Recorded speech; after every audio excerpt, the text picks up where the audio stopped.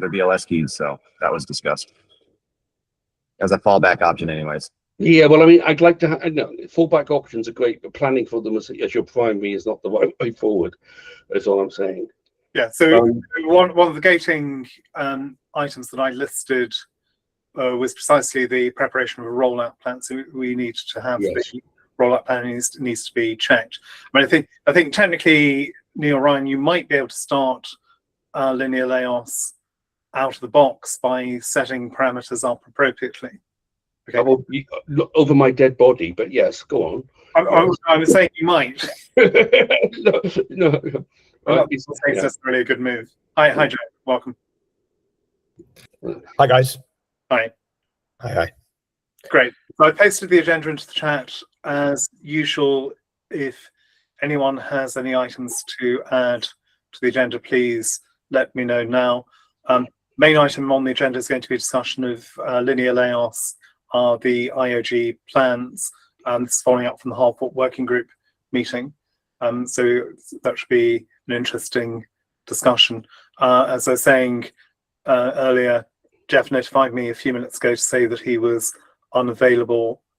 He's in another meeting for the first 15 minutes. So as soon as he joins us, we can deal with that item.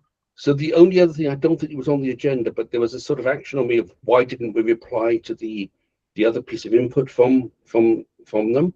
I went and had a good look back in through all the history, and I added a thread in the technical steering committee about the whole stuff of this, and the outcome of which is many of the initial concerns we had about the technical maturity of Laos don't appear to have been what's the word? The risks haven't been mitigated. That's the information that's been passed back to us. No, the work hasn't been done to mitigate the risks that we identified. Okay, so let's discuss that again when. Yeah. In the sense that there were things that there were lots of claims, right, at the beginning, and they were claiming 97% of the EBs were getting finalized, which is just mathematically impossible. They've backed down to that they can achieve just what the mathematics says, which is 50%. Right. This changes the whole throughput. Right. Okay. This changes. What I'm saying is this changes all the numbers that have been propagated, right? And they're all based on the simulator, and the simulator has not yet been validated end to end against the real world. So we still don't know if the fidelity of the simulator results. Yes. I'm just saying, I'm not trying to be nasty. I'm just saying you can drive a horse and cart through all of these. From the point of view of due diligence. Yeah. Let's come to that when Jeff's here. Let's come to it when Jeff. What I'm saying is, and the things they said. Oh yeah, okay. The risks are not being. The risks don't seem to be decreasing as far as I'm concerned. Right? We'll discuss that. We will let Jeff answer that. Yeah. The representative answer that. Jack, you had your hand raised. Thanks, Kevin. No, it might be that we wait for Jeff. It was just related to what Neil was talking about and the testing plan, essentially. Yeah, let's handle all of that in the main on with the meeting otherwise.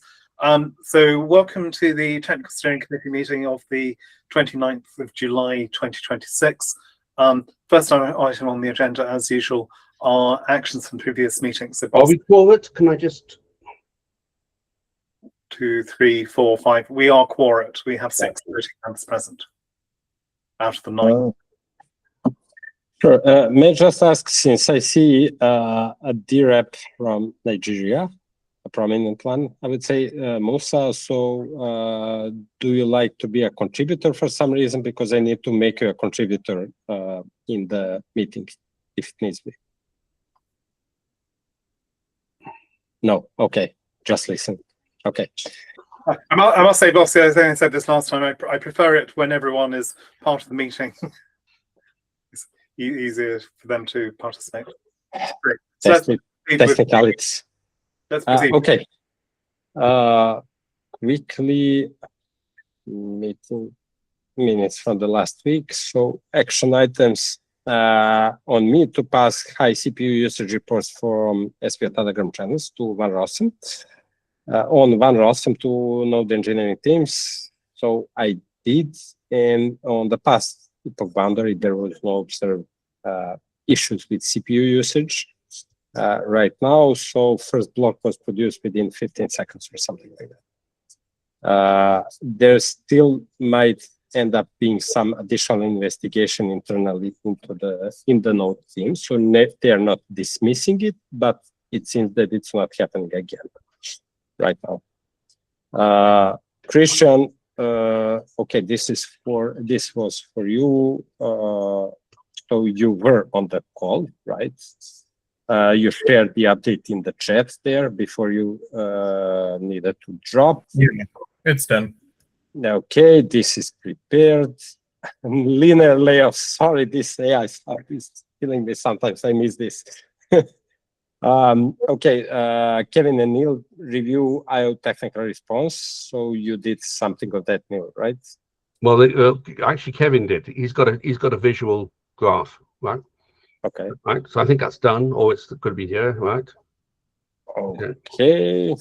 Kevin, do you want to comment on that, or we can move on? I pasted that into the chat, and let's discuss Okay. it when Jeff's here. I've also passed that on to Jeff, but let's not cover it now. We can cover it later. Okay, Neil ran on visual dependency graph. That's been actually, that's the bit that Kevin has done and passed to Jeff. Okay, perfect. Okay, Ran, we know that if Ran, you can share basically on 650 what you shared yesterday in the Carfolk working group. Yeah, sure. So Jared Cordwin finished the entire implementation of SIT50, rewards calculation, governance guardrails, tests, all that stuff. I'm talking to Alexi about it. He says the code quality looks excellent. They're expecting it to be merged into the code base. And I think just Jeff during his call today is the last person I haven't heard from about being included. So hopefully we're good to go on that. I suppose, Kevin, if you agree, we can move on to the rest of the agenda. Yes, let's move on. So It's here. holding off on the linear layout scope for the time being. Sorry, one interruption. Just got the message from Jeff. He said he will be here in 15 to 20 minutes. 15 to 20. 20. Okay. Yeah. Okay. Fine. So the next item on the agenda is the TSC budget action. So pleased to say that has passed and has now been enacted, I believe, Bosco, as of yesterday evening. So the funds are sitting in the appropriate address at this point in time. Jack can probably give us more information about that. I met up with Matt Davis and Bosco earlier this morning to discuss this. There were a couple of things that we need to agree on now, and others that we can deal with at more leisure. So the key point that we have to deal with is what is our attitude to risk? Because when we submitted this proposal, Ada was running at 0.24. Now it's running at about 0.16. There's been a big decline in the budget, and there are a number of actions we could take here. But the primary decision we have to take is: do we convert the current Ada rate into USD stable coins, or do we take the budget in Ada and risk the value possibly declining in future from the current rate? Could I make a suggestion? We do a split. We take a third of it now in stable coins and keep the rest in Ada. Something like that as a risk mitigation strategy. Jack? Sorry, Jack, you put your hand up, sorry. No problem, Neil. I just wanted to sort of let you know what we're doing for Intersect's main proposal. I'm open to how the committee want to manage it. So Neil's suggestion is perfectly fine. But for Intersect, we are going to put it in stables, likely into USDM, near enough the whole amount for the main proposal. My experience last year has told me it's better to stabilize when you can. and then you've got a really clear view of the next 12 months at least. But I appreciate ADA is where it is, and we might want to bank on some potential upside in a few months. So Neil's suggestion is perfectly valid, but just anticipate that, you know, ADA could go down to 10 cents. Obviously, we hope that doesn't happen, but then programs would be more impacted. Yeah. So where we're paying for people time, I think we absolutely need to do what you're proposing, Jack. You need to have stability. You need to have certainty. Luckily, most of the TSC items are line items, so we would have the flexibility to hold off on completely converting to stablecoin, as Neil's suggesting. So the line items we have are our travel. We have support for writing technical reports. We promised 4 technical reports over the year. We have support for the working groups, the Hard Fork Working Group, Parameter Committee for community members who are not otherwise funded by their organisation. And we have the support for the proposal reviewing. Okay, so most of the, and I forgot to mention SIP editor support as well. So the only item which is really fixed would be the SIP editor support. That would be the critical one that we would need to preserve. And the others, we would have the flexibility to scale either in terms of numbers or in terms of value. Jack? Yeah, thanks, Kevin. I was just thinking about this because how I sort of look at it is, if we know that there's going to be something needing to be reimbursed into fiat, so let's say travel expenses, then I think we can divide programs into, let's just get an amount in fiat that or dollar value rather, that we know we can do. Where maybe it might be program reviews. So you mentioned, Kevin, that could be paid in ADA. So we could agree a budget in ADA for that amount, and then that's divided accordingly, and it's just paid in ADA, whatever the rate is. But where Neil's traveled somewhere and we need to reimburse him, that's going to be reimbursed in dollars. Right? Yeah, and the idea is that you would know, we don't have any liabilities at the moment against any of those lines. So until we have liability, by the point we raise the liability, we better have the money, is what I'm trying to say. Yeah, that's all. Yeah, we have suffered with this in the year, Kevin, particularly with like the open source budget. When we've done events and travel and things that we've had to pay out in USD, we've struggled at times. And the bug bounty is also a good example where that was budgeted in dollars and ADA took a sharp turn, so that the bug bounty program was less than we had budgeted for originally. Yeah, so it sounds like a reasonable approach is to make sure we definitely cover the travel and the SIP editors in USD or fiat. There are apparently other currencies apart from USD. Yes, that's true. I would say, I would look at it as, if we're reimbursing people in a USD amount or a fixed currency amount, then we should just make sure we've got that locked.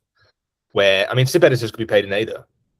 I mean, that's... Well, no one's asked them, so I think there's a question here about asking people as well. Yep. We've approached them, so we set up a channel this morning. I've not had a chance to go through that, but what we were proposed to do with the SIP editors is set up a meeting this week between myself, probably Robert Fair, Ryan Williams, and Christian. If you're available, that would be great, and then we can discuss with them how they would like to proceed. I think that's the sensible thing to do here.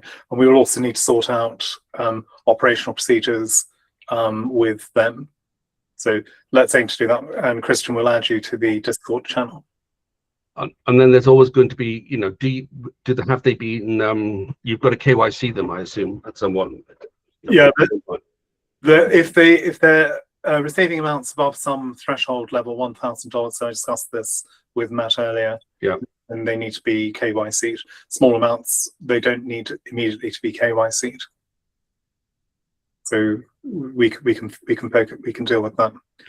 And speaking to Matt, so Matt again, Jack indicated flexibility over whether to pay in ADA or dollars. We just have to decide on it. What he recommended was where we had upcoming payments to set a milestone payment so that we received the funds before we paid them out. So he's saying it's better to have set up the milestone delivery in such a way that you load them early rather than load them late, because otherwise you end up with a cash flow problem. And the other thing to say is we're going to have to decide, we're going to need to set up procedures for dealing with each of these budget lines. So we'll need to debate those, discuss those over the coming weeks. I am going to be away for a couple of weeks in France, hopefully enjoying myself. So if any urgent decisions need to be made, then they'll need to be taken in my absence. And obviously Christian can lead the technical steering committee to make those decisions. Anything that's non-urgent can wait until I return, I expect. But I'll leave that to you as a group.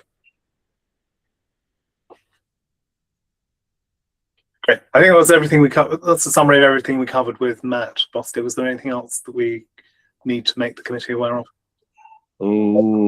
Not that I know of. Essentially, I was asking whether we need to decide, whether we must decide as a committee something this week. What's the biggest thing that we need to discuss? Well, the biggest issue to decide is are we converting and how much are we converting? That's the thing which is critical, because obviously the rate could change this week. And what I was told is if we took a decision today, we could action any conversion by Friday. So, Neil, you've made a proposal to. I am basically making the reason I'm making that proposal, and maybe it should be more structured. I agree we should cover all the fiat payments we should do and convert that reasonably early. If we convert everything to fiat, I mean, there may be people who want to actually be paid in ADA, who want to take that risk themselves, and I'd like to be able to give them the opportunity to do so, right? It sort of expresses a different attitude to the cryptocurrency world on an individual basis. I don't particularly care what you do, but I'm just suggesting that there is a PR view for not converting everything. Right. Yeah, absolutely. So do we want to take a decision now? We don't know what all the budget lines are on which are fiat, do we? Do we have all the numbers available to us? We do have all the numbers available. And are we still for it? Yes, we are for it. Well, if those numbers are presented to us, we could make a decision. I mean, one of the options, of course, Neil, is to convert some of it now. That's exactly what I'm suggesting. But to find that right value, I picked a third out of the air, just literally, right? But if we knew the values that we needed in fiat, we could convert that now.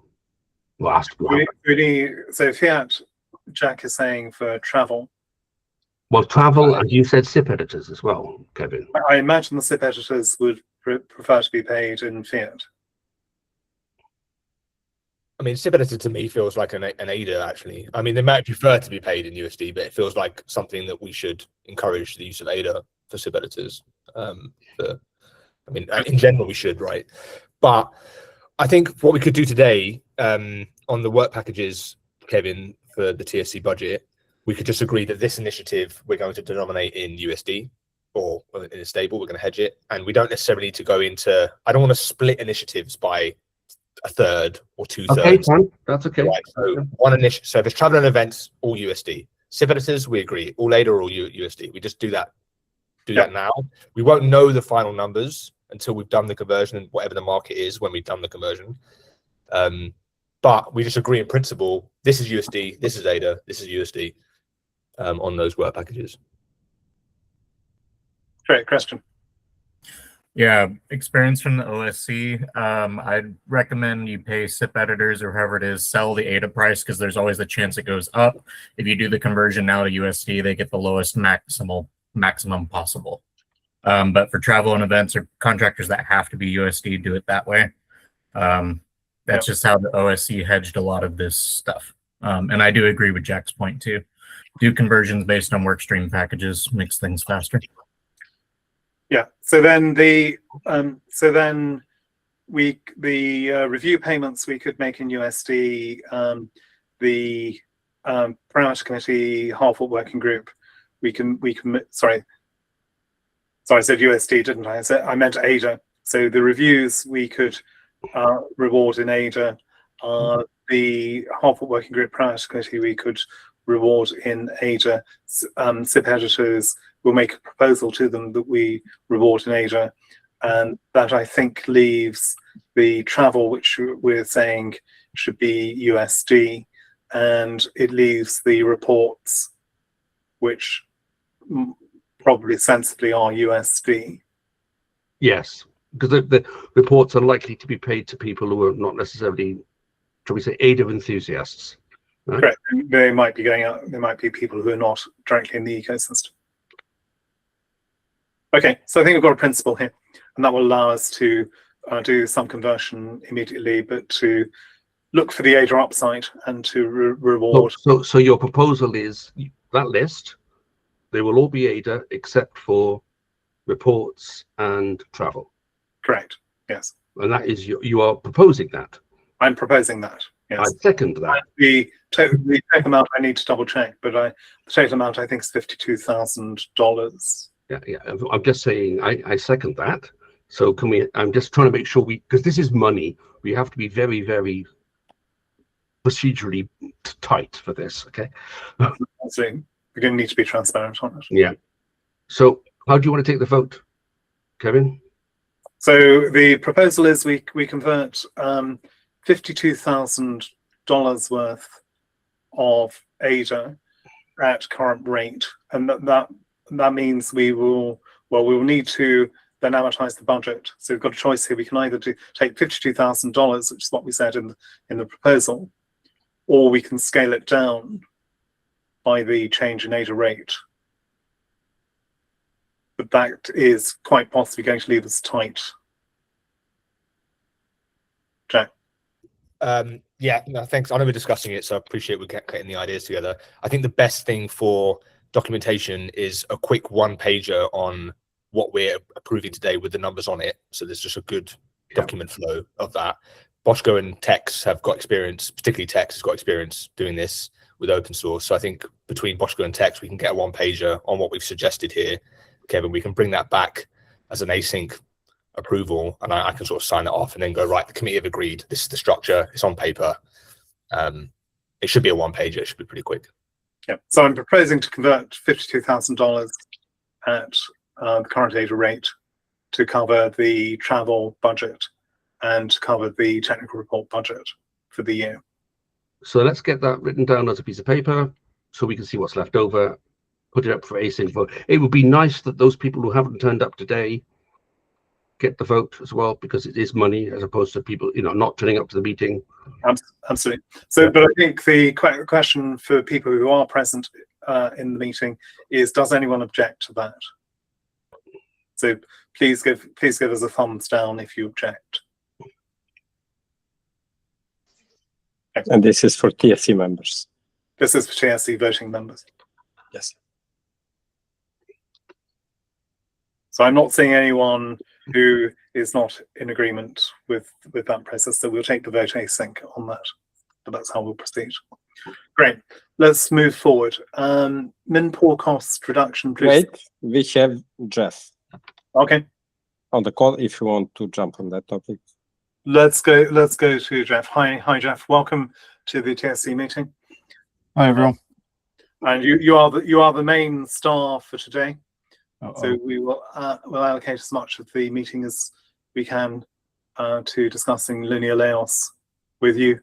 Understand you were going to make a concrete proposal from the IO site about the upcoming hard fork and the schedule.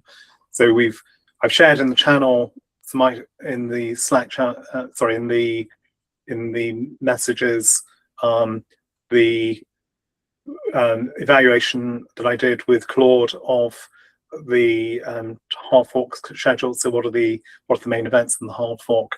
And I've also shared the product committee proposal for phasing the upcoming hard forks, the 3 phases of the hard forks.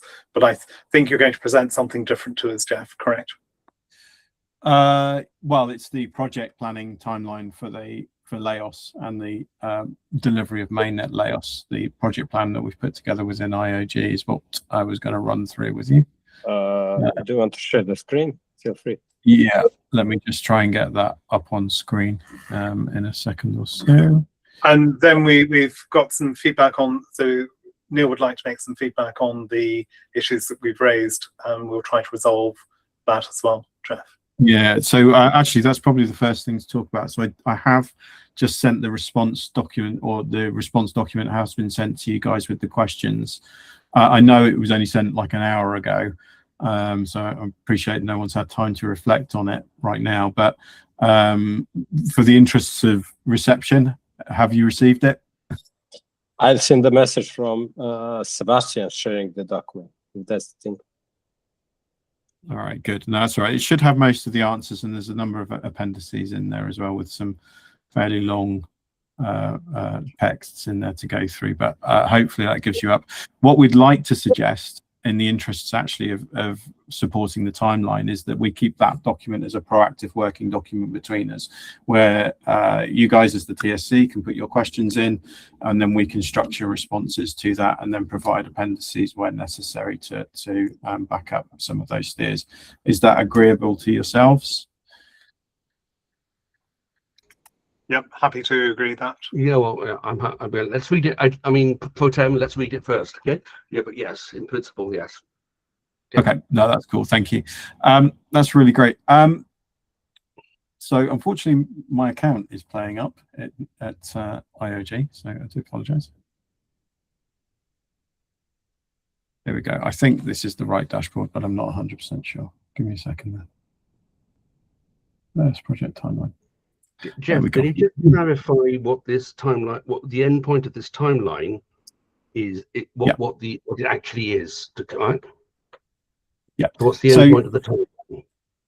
Yeah. So to Neil's question, and for the TSC community, obviously when we accept and we propose items to Intersect, we capacity plan our teams, we manage our projects, and we look at those timelines proactively. We build a project around it so that we know we can meet the boundaries of the proposal.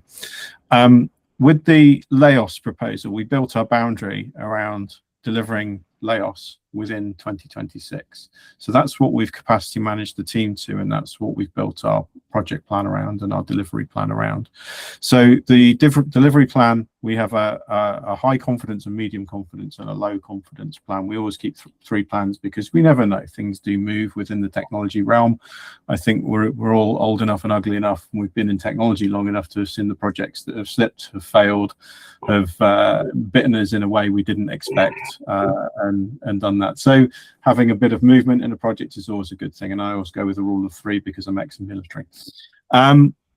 So we built this plan around that capacity management, and currently, to answer Neil's question succinctly, we are looking at a hard fork in December, and that's this lovely red line down here, because we all know a hard fork is a red line. So we've built in not just, that's actually for the delivery of Laos and the Dijkstra era. We've scoped out the Dijkstra era, and I've actually got a separate document for that, which I'm more than happy to send over, which has got the scopings. We're also offering SIP 23 Part 1, which I believe the community have been asking for a number of years. Thank you, Ryan. Thank you for the love. So SIP 23 Part 1, I was persuaded with a Chinese rope burn to drop into the Dijkstra era. And actually, it is a relevant piece of work. It's a good piece of work, and it's actually only a small piece of work. So we will do part 1 of that as a kind of a free, as a freebie for the community. I believe we're also going to include SIP 50 now as well. So I want to just solidify that list by the end of this week, so I can give you a very clear, it's probably a spreadsheet with all of the in-scope things for the Dijkstra era, including SIP 22.3 Part 1 and SIP 50. I'll do that in a bit for you. I also wanted to be clear that bringing the hard fork into this year, we believe is really, really important for the ecosystem. We really believe it's important to do it before Christmas for the economy of the ecosystem. And the other piece around this was Peras. Now, Peras isn't with IOG, it's with our friends at Modus, and we're engaging with them in a structured way. They have a project plan they're working to, and we're now bringing those two plans together, which is quite a considerable task to do. If any of you have worked in global IT and you're trying to bring together multiple businesses to deliver on one plan, it's a nightmare. You've got scheduling, everyone's got testing going on, there's things moving in different ways, and we're no exception. We're pulling together those two plans. With Peras, what we would like to do is have the code delivered for Peras by this wonderful hard fork in December, and then actually the activation of Peras at a later date in 2027. And this was really to protect the dates of the hard fork if there was any slippage between those two projects, and B, we don't necessarily fully understand with that hard fork and with the finality being so quick, if that could actually be an issue that we may not be able to resolve if there was a problem with the hard fork. So it's also a safety element to that. The third piece is operational teams. You have to have multiple operational teams looking after Laos plus Peras, the two coming together to do a hard fork. It could be quite difficult to organize that on a global basis, and that's obviously of a huge concern to us. So Laos hard fork early 2026, second hard fork to activate Peras when we're all ready and we're all happy. Felt like a really solid plan. So that's actually our moderate confidence plan. Our low confidence plan actually brings this red line here back into November. The reason for doing that was obviously we recognize that doing a hard fork in December is not the greatest plan in the world. We're all going through religious holidays at that time. We are a computer for the world, and we have to reflect and recognize that across the many disciplines that we have. But equally, we just may not have the resources around to do this. So December's not the greatest time. So we're looking at a November, but it's lower confidence because we start to move into the testing time, and we start to move into other areas, and we start to move into how we're cutting code and stuff. But we do need to maintain that quality, which is why it's a lower confidence plan. The higher confidence plan, which really is a fallback option, is that the hard fork is in 2027. That's the highest confidence plan, but that gives you much more time and much more scope. But it does affect other projects that IO has ongoing at the moment, particularly around decentralization, that I think a number of you are familiar with. So I'm coming from it from a number of aspects of pulling people together, pulling programs together, pulling teams together, and we think this is a really strong plan. However, I can appreciate there's many governance actions to do that, and hence I'm here today, because I want to start getting on top of those governance actions. What problems can I solve now? How can I go and help people understand this a bit more? Who do I need to talk to? How do I get into the right committees? And how do I make this plan a reality, and try and go through these governance actions as quickly as possible to make sure that we can bring value to the ecosystem within 2026. I have rabbited on now for a good 10 minutes and probably bored many of you. So I'd like to open the floor to questions that I can answer. Yeah. There are some comments in the chat. So let's follow up on okay. the first one is, can you share this with us, Jeff, please? I will try. And the second comment is, this morning I asked Claude to do an analysis of all of the hard forks that we've undertaken, looking at the timings on preview, pre-prod, etc., the time taken to produce the governance actions, etc. I've fed that into you and to the TSC, and it's suggesting that your timelines might be too compressed. Okay, so I think you need to take that into account. There's some things which we can't speed up to do with the community. You're putting hard lines in some various places. So what we need to do is we need to look at the exact dates you've got here and work backwards. Now the hardest, so the date that things get serious is when we've got a hard fork ready mainnet node. So once you've got that, then the timeline is pretty well fixed. You know what you've got to do. We can deal with, so a lot of things can be done in the background. So the things like constitutional amendments, they can be done in the background. Parameter checking, providing guardrails, that can be done in the background at that point with that release. but there will be some. There are then dependencies to do with releasing onto the preview mainnet. Sorry, onto the preview testnet, releasing onto pre-prod, and people upgrading, nodes upgrading, exchanges upgrading, all this kind of stuff.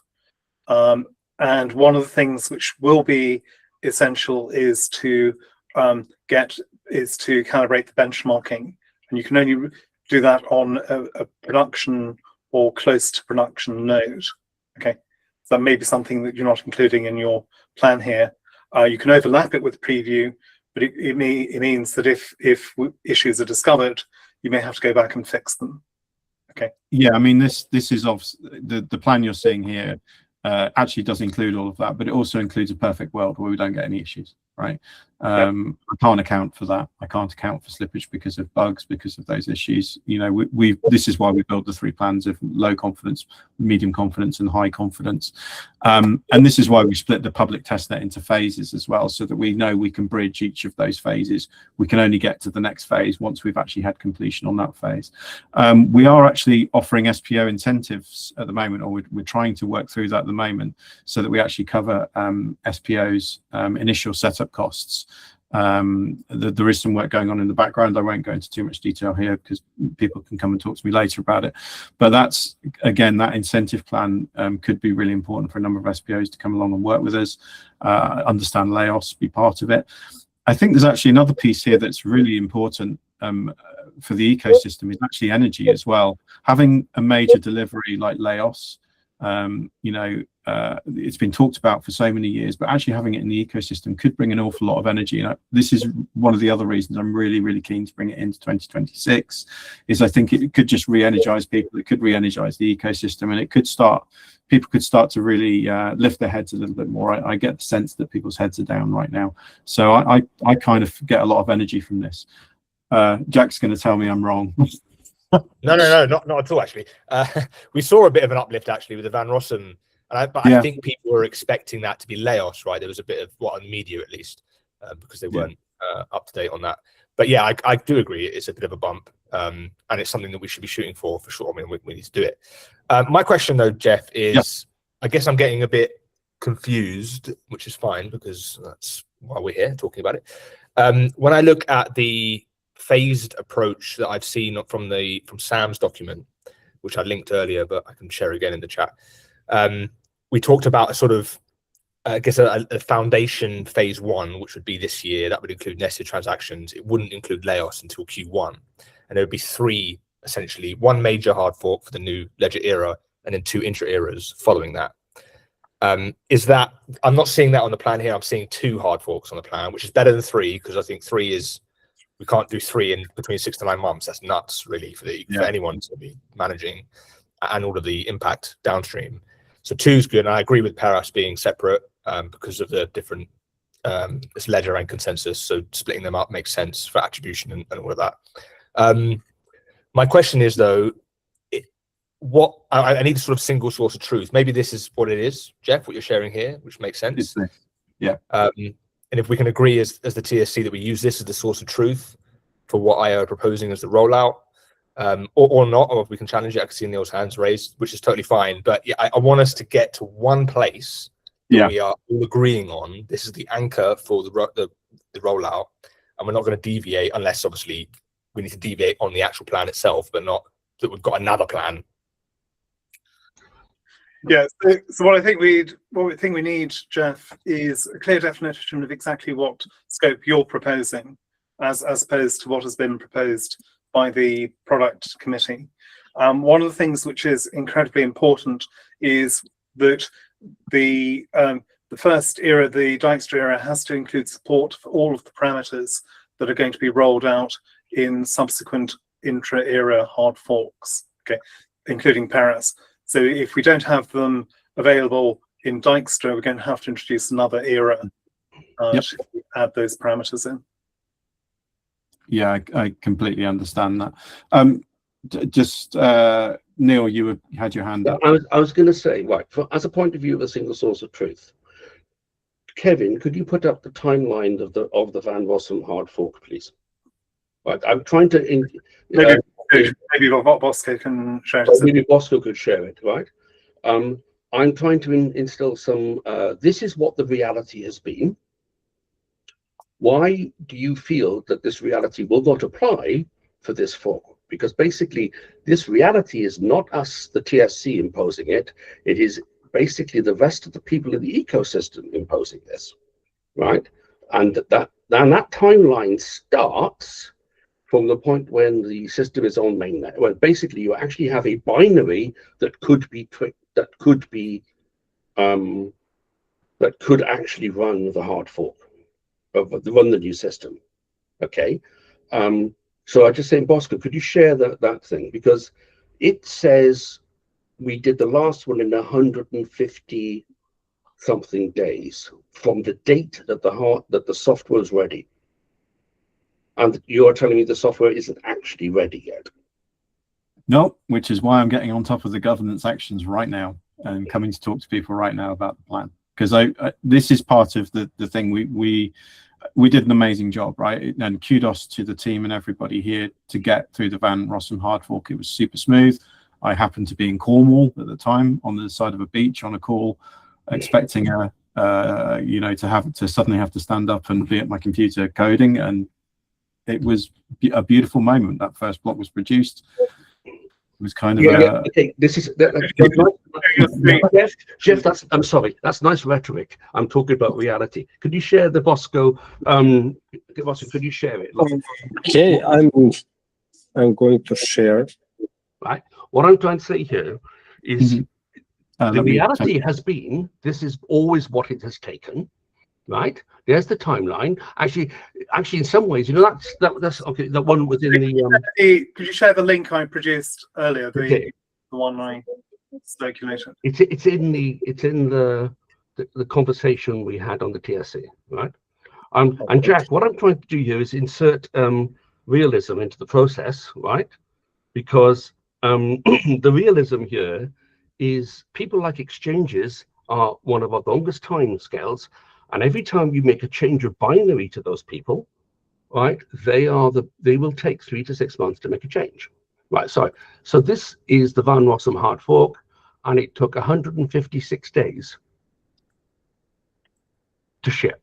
Yeah, right? and this is just drawn from factual information, Jeff. So this is what actually happened. I put this together on the board earlier today, so it's showing a real sequence of real world events for Van Rossum. And what we'd anticipate is that, well, I can't really compare Van Rossum with Laos, linear Laos, but I'm suspecting that it's more substantial in various places. Okay. Right, and what we're saying is that's how long it took when the code was all ready, right? And the big critical path for this is exchanges and SPOs ready. Yeah. Right. Yeah. And what we are suggesting here is, I was just saying that 156 days from today is next year, isn't it? Roughly, isn't it? It's yes, the end of the. It's sort of best case, but the point is that's that. My first question is what are the code bases and when will they be ready? Yeah, so I haven't got that information right with me right now, but I do have the plan. So you're right to call out assumptions made in the plan. I completely get that. We've obviously got the SPO incentives, which we hope will encourage SPOs to join us a lot quicker and help us out a lot. Equally, sorry, go on. In general, they're not the problem, right? The real problem are the big exchanges with their governance. They have internal governance actions that control the rate of change. Yeah, the main issue. So the exchanges, they're one issue. They will upgrade when we get close to the point that things are ready. The main issue with Van Rossum was the tooling providers upgrading. Right. So that was why there was quite such a time spent on preview. We were pushing the tool providers to upgrade. The SPOs upgraded pretty quickly. We had something like 80%, 90, or even 90% upgraded by the time we submitted the hard fork action onto mainnet. Right. So I mean, what I'm trying to say is, so now notice this start that there are demonstrable points in time, like the code is ready. That I saw your time, but I saw your timescales, but I couldn't find when would the code be ready. Right. Yeah, it's not in this. It's not in this plan. This is a high level plan. Yeah. Plan I do need to. I will show you. Right. So we need to know that the code is ready, right? Because basically people have to move. I'm just saying, now, if we're going to say actually the code is going to be partially ready in that it has all the support for all the parameters, right? Okay, then that's now an interleaved risk program, and a single failure at that point opens up a whole bunch of issues, right? Yeah. I don't deny that. That's a very risky. That's a very risky plan, as far as I'm concerned, because it assumes perfection in everything else, right? So if I could interject, there's also multiple definitions of code ready, Jeff, right? So what's being labeled here as code ready is code complete, everything is integrated. And obviously what happens at that stage is you go through testing of the integrated node, you discover the bugs, you discover the performance issues, you have to go through fixing. So what happened with the 81 days with Van Rossum was that there was a lot of fixing, additional things were found that needed to be included, and that all contributed to the time period between code being basically ready and us having a hard fork capable node. Fixing things I can't do anything about. That's going, timelines will move because of that. There's nothing I can do about that. But I'm always, 156 days end to end. We can do better than that. I think we can get to market quicker than that, and I think we can get SPOs on board. And we're talking about communication, we're talking about engagement, and we're talking about working in a conjoined way as a team. Jack, I didn't notice you had your hand up, but No, that's okay. I just thought I'd raise it again. no. But I didn't want to interrupt you in the No, conversation. Anyway, sorry. I think overall we need to make Jeff's life a little bit easier. I agree, but Let me just finish, Neil. Yeah. Just give me 1 minute, Neil, and then you can jump in. I think we need to make Jeff's life a bit easier. His job is to get a hard fork node candidate ready for us to put out. Then it's over to us to coordinate and do the rest of it. Now I accept that the timelines are quite long and we may not have baked them in accurately or realistically. So we can do that at our end. What do we think? I also agree that I think we can bring those timelines in. The 81 days there primarily were due to all of the security issues that we had being raised and the challenges with where do we cut this now? What do we fix now? What do we wait until the next upgrade to fix? So a lot of that timeline was spent triaging that. Now that could be the same. We could have the same situation again where we're triaging a bunch of bugs that have been raised to us through the bug bounty program. So we should bake that in as something that may happen. But I do think we need to, Jeff is obviously interested and invested in seeing the hard fork enacted. So an IO are, right? Not just Jeff. IO are interested in seeing that happen because that's what they've said they're going to do. But the responsibility on IO is to get the hard fork candidate to us. After that, it's our responsibility with the rest of the timeline. And IO's responsibility is to support that timeline, right? Because there may be bugs in preview, there may be bugs in pre-prod. So obviously we need to fix those, and IO are going to be obviously involved in all of that. I just think we need to be a bit easier on Jeff on the timeline because it is mostly us, right?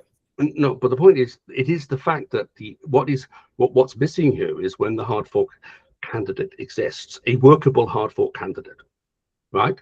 Because actually what they're proposing is to call that has to have all of the software in it so that you could flick the switch and we would be confident it would work. I am not, on the timelines I've seen, that candidate doesn't exist. It would have to exist now for us to follow the timeline of Van Rossum, and it doesn't exist now.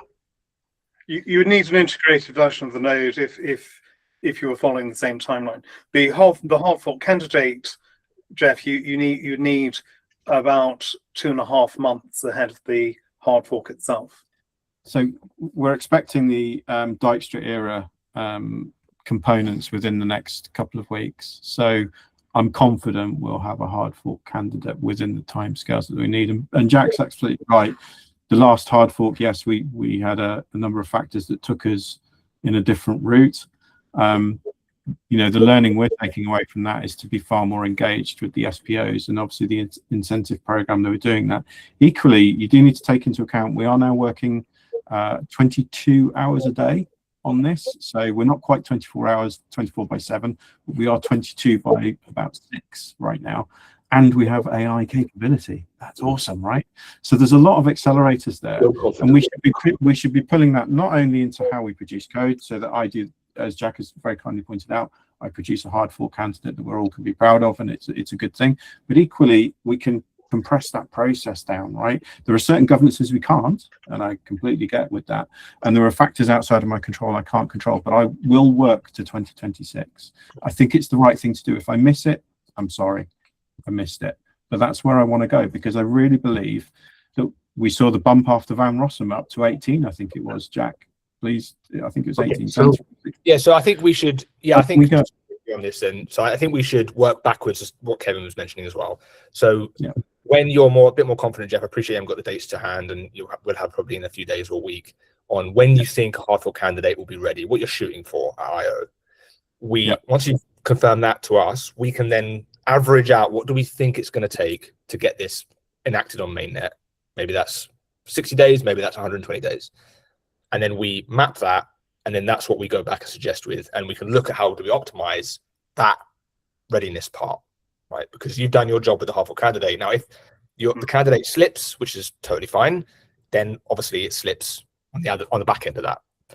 I think we can probably make this a bit more simple and just agree on who does what. There's not a lot of optimization to do on the general timescale, Jack. That's pretty well optimal. Based on what the community wants. So they need an extended period of testing on preview, and they want a certain period of time on pre-prod. So you can shave a few days here and there. No, I agree with you, Kevin. I agree. I'm not saying that we can make it that much tighter, and there's lots of unexpected, as we always know will happen. But I think it's in Intersect's position to say this is what we think on average the plan is going to be to get it enacted on mainnet. 100 days or whatever we think. That relies on having a hard fork ready candidate, which has been completely tested, where the performance is evaluated, and there are no major outstanding bugs. So that's going to be needed by about the beginning of October, Jeff, to hit a 26 hard fork. That's simply tracking back. That's where we are. Okay, and that assumes essentially no major glitches with the rollout. That all the tooling upgrades. We don't have any problems with any of the wallets. The exchanges can upgrade easily, etc., etc. So all I'd like to say is I'd like to define what a hard fork candidate is very carefully, and I think Kevin has said it right, in that basically it has all of the features that could be in principle. If you turn it on say one of the preview tests, you're running linear Laos, right? So it's that complete, and it's been performance tested, and it has no major flags that will stop us deploying it. Okay? Because that's the date at which we can start asking others to start moving. It's a version they can start putting on exchanges, on other people that take time to move, right?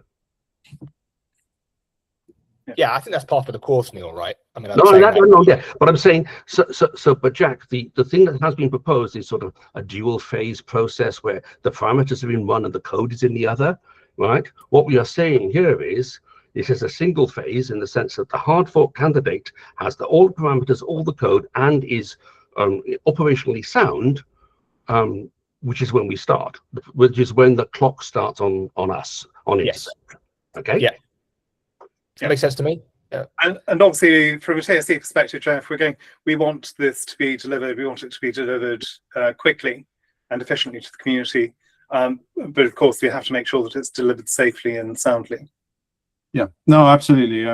Completely. Of course, we'll go through all of the the performance and test criteria that we need to go through for that. So I've just put it in the chat there, and just for the record, so we're currently working to production grade Laos candidate available at the end of August the 31st, and node integration completed by September the 30th. So those are the two timelines that we're working to at the moment. You node integration is too late if you want to get a hard fork candidate. You're assuming it's going to be public. We've got to pull that back. So yeah, I'm aware of that. I'm slightly.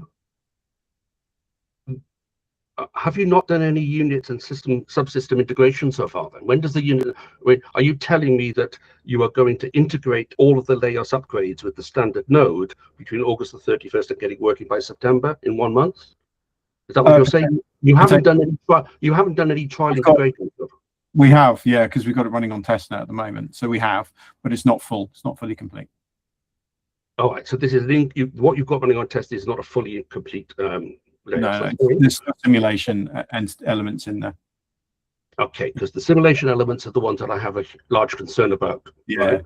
No, Okay, because I mean the gotchas I'm concerned about is all of this has been done on top of a simulation.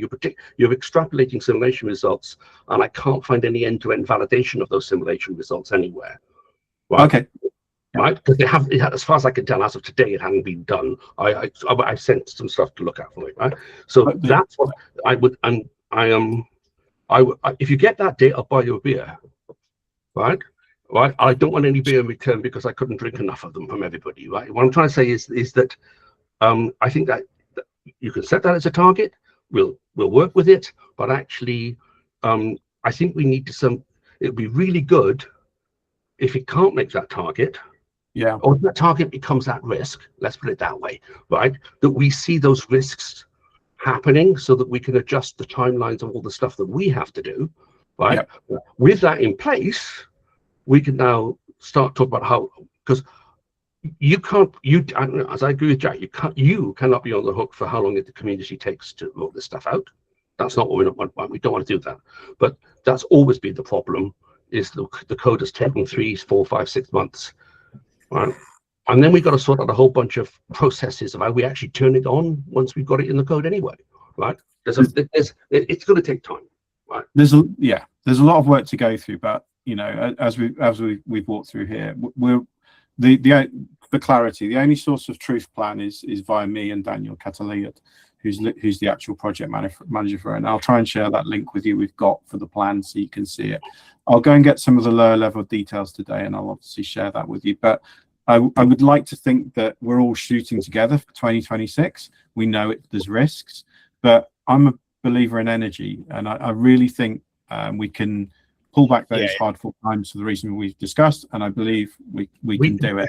I just want to interject quickly, because I agree. Ambition's always a good thing to have, right? Why not have ambition? So let's shoot for what we want to shoot for.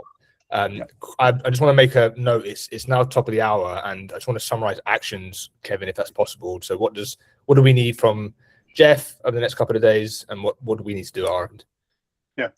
So what we need from you, Jeff, if you can pass on that plan, we need that. Yep. The actions on ours. Well, at the moment we're tracking the release. We're tracking the releases, Jeff. So we need to continue tracking the releases. We need you to advise us of any delays in your plans. You need to keep us advised there, and you need to update your plan to include the possibility of bug fixes between. So particularly the unknown period is the time between having an integrated version of the node and having one which is hard fork capable. That is going to need, and that version of the node is going to need new performance evaluation, because you're doing new things here. So the performance and tracing team has to be they have to be wound up to do that, and they'll have to set up new benchmarks. I see Neil's jumping up and down here. No, Neil's just put his hand up. So the first thing is we will need to know that rolling this out without turning linear layers on works. That should be easy to assess, right? I.e., we don't lose performance because of it, which the benchmarking team can do. But the other thing is, I assume you've been having work done so that the benchmarking team can produce the volume of results in order to perform the testing? Yeah. Right. So, no, Basically, yeah. because transaction generation is actually part of the most difficult part of actually performing the volume testing, right? And if you haven't I would like to know the risk of that not being ready in time. I've raised it with the P&T team, so it's on their radar, Jeff. But I assume, as Neil's saying, you need to take the action to do that. I mean, Marcin, do you know more? Yes, that's something the Leos team has been interesting from the very beginning, and we're already using a generator that is allowing us to generate traffic, and we do on a test nest we do switch it on and off to have like various sections how things work, and like it's on for an hour, then off for an hour, and it goes this way. Yeah. Okay, that's fine. All I'm trying to say is these are the things you want to find out early and mitigate, right? Because Yes. So this is considered done. Yeah. Okay, thank you. And the other actions are to go through the list of issues which have been raised to make sure they have been successfully mitigated. So we need to do that. You're aware of various gating with the Constitution, the need to construct new guardrails. It will need to be done in Plutus v4. So there'll need to be new guardrail script constructed, Jeff. But one of the things that Neil's touched on is there'll need to be a rollout plan that says, once we've got linear Laos available, how do we gradually enable it so that people can take advantage of the increased capacity? And one of the things which is going to have to be part of the plan we anticipate is that SPOs may have to upgrade their hardware. So you've hinted to that with the SPO incentives plan. But the reality is that linear Laos is likely to be much more resource intense than Preos. It's designed to provide greater throughput. It's going to put more load on people's machines. They will have to be prepared to upgrade, and they will also need to upgrade SSDs as well as CPUs. Ingress and all sorts in data centers and things. This is why we've got the incentive plan, really, is to try and cover some of that cost and help people through that so they can understand the sizing and capability. So completely agree. Okay, so we'll pass on the gating items. I think I've given you a list of the ones I identified this morning. We'll double check that's complete.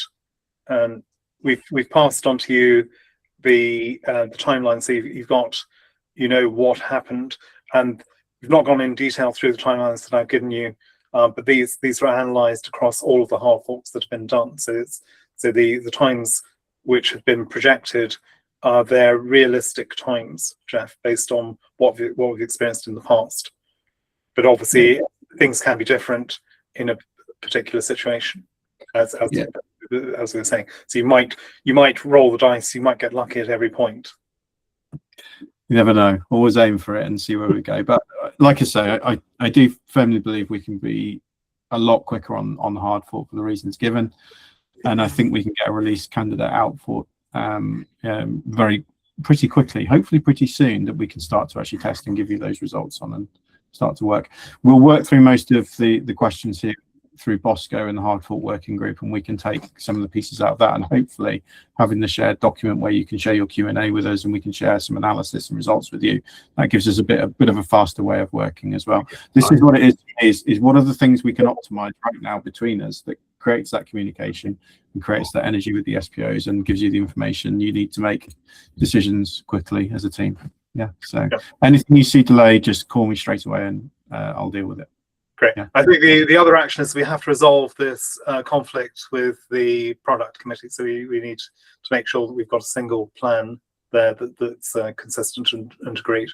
And I'd agree with, I think it was either Neil or Martin said that 3 hard forks in a year is 1 too many. It's 2 too many. Right? Well, I'm being optimistic. Neil. No, I mean, like, like, the point is, we are guaranteed to fail against this timeline. I prefer timelines that I actually succeed and right. I'm a different type of planner, right, Jeff?